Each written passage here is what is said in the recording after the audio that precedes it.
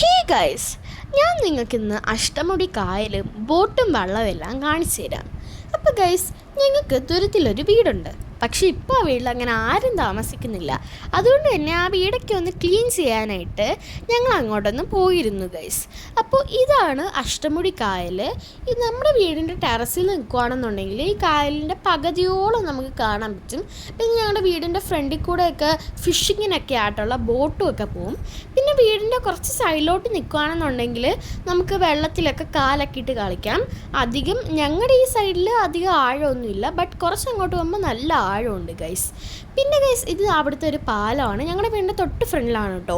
പിന്നെ ഈ ഇടയ്ക്ക് വന്നൊരു ബ്ലഡ് മൂണൊക്കെ ഉണ്ടായിരുന്നല്ലോ, അതൊക്കെ നമുക്ക് ഈ പാലത്തിൽ നിൽക്കുകയാണെന്നുണ്ടെങ്കിൽ നല്ല ക്ലിയർ ആയിട്ട് നമുക്ക് മൂണിനെയൊക്കെ കാണാൻ പറ്റും.